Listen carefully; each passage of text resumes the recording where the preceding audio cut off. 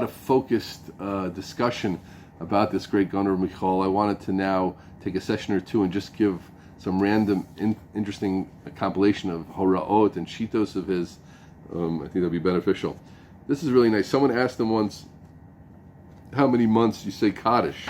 Someone who wasn't so close to Yiddishkeit asked him, and Rav Forshlager said 12 months. Another Baltimore Rav was present, and once the man left, he questioned the Rav's reply. He says, the Ramah says you say for 11 months. Why did you tell the man otherwise? So a broad smile goes on his face. He says, you Litvak, right? Why should it bother you if this Yid puts on tefillin and comes to shul for an extra month? Okay, that was the story.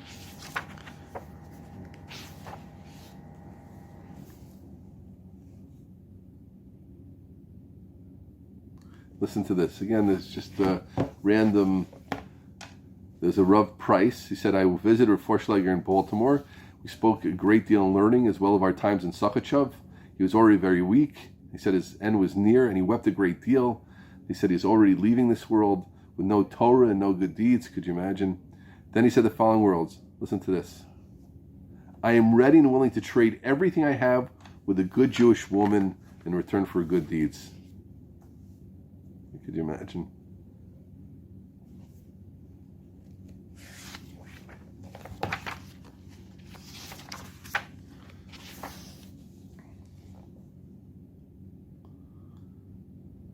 So here he writes how sometimes that there were Kabbalistic reasons for things. He writes the writer of the Sefer Torah Chesed, the real reason for the bris milah, and that which the Gemara says in needed Lamed Aleph, we should not have a situation where everybody is happy and the father and mother are nervous. The real reasons are hidden in the higher worlds, and our wise teachers cloak these hidden reasons in revealed reasons. Okay, he says the same thing about the Sefer HaKana, talks about why Rosh Hashanah lo adu rosh. Rosh Hashanah doesn't come out on Sunday, Wednesday, or Friday. The Gemara Rosh Hashanah talks about because it's for having fresh vegetables. So you have 2 days Yom Tov, then you can have fresh vegetables, or you're not going to be able to bury the dead. He says that's also not the real reason. The Rabbanim hinted at this when referring to vegetables and burials, concealing the actual reasons.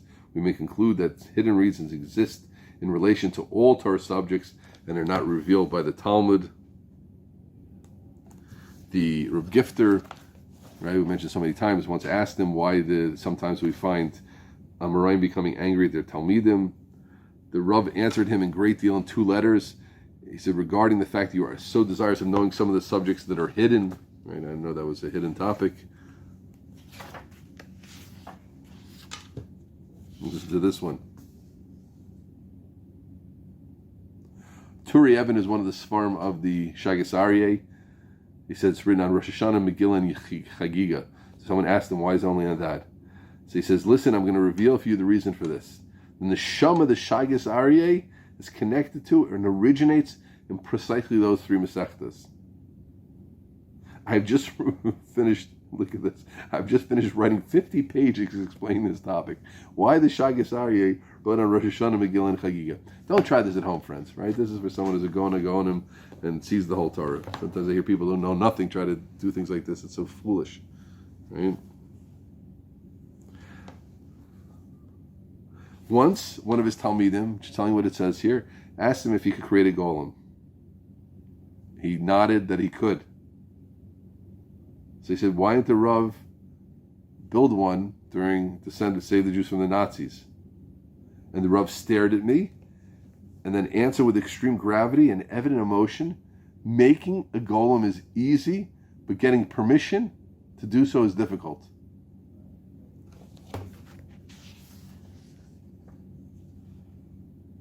In Sachachev, unlike most Hasidic courts, the Torah of the Vilna Gaon and his Talmidim was learned in depth. And of all the Hasidim, Rav Forshlager was the most attached to it. So he loved the Gaon's Torah. It sounds like a Nigla and Esther. And could not understand why so many Hasidim neglected learning it. On the other hand, he also never understood how the Misnagdim can completely ignore the teaching of the Hasidic masters. Moreover, he would rebuke Hasidim for not investing sufficient time and effort in learning the works of Hasidus, as well as misnagdim for failing to learn the writings of the Vilna Gaon's Talmidim. That's Mardik, right? He said, like, I don't know, his school, Sachachov, they were into the Gaon. He didn't know why Hasidim were learning. He didn't know why Hasidim didn't learn Hasidic Svarim. He didn't know why Livax didn't learn Hasidus. Hasidim learned Litvish Svarim. And he also didn't know why Hasidim learned Hasidus. And he would give Tochacha to Hasidim for learning more Hasidus. and he would give Tochacha to Misnagdim, not learning more Gaon. Now listen to this, this blows the mind. A certain Talmud related, I accompanied the Rav from his base medrash to his home, and I asked him if I could carry his talis and tefillin. On the way, I peeked inside the talis bag and saw a sefer with an unusual binding. I took a peek, and I saw it was Nefesh HaChaim, the main Talmud of the Gaon, of course, bound together with the Tanya. He took Nefesh HaChaim and Tanya, and he bound them together. Isn't that beautiful? Is that shleimus? Is that amazing? Are you happy we learned about this unknown person? Unbelievable. And here he writes about him, Molis B'Torah, 1 year before Rosh Hashanah. Again, I'm just sharing interesting things. For Rosh Hashanah, he wrote the following to a student. It's explained in the Zohar that a person can only cleanse his soul via words of Torah. According to the Ari, Tshuva is achieved primarily through one's Amelis B'Torah. Therefore, the Masechtas of this time of year, Yom and Sukkah, are especially applicable to Tshuva, as their words like burning coals, Chulei. This is very interesting. Listen to this when he talks about those he's cholik on.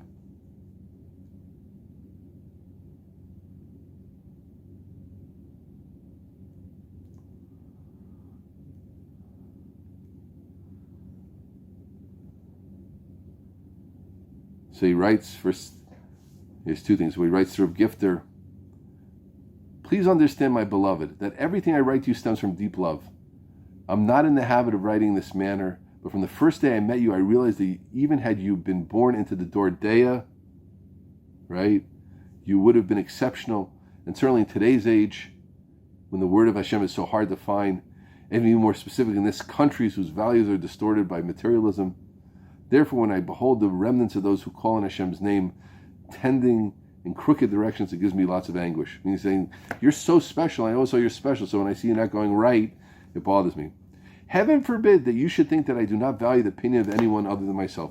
From my earliest days, every word of Torah has been precious to me, the requirement being that it should truly be Torah, even if I do not agree with it. Right? We spoke about how he had covered for people who made that shul, but we're talking about people in Torah learning that were different than him. It has to be Torah. But different people have different ways of thinking, but one must be able to distinguish between what can be labeled with the name of Torah and what not. And then he gave a lengthy description of the rules and conditions. That would be great to see of what's called Torah. Okay, so these are just a few of the very interesting smatterings that are sprinkled through the Sefer about his thought.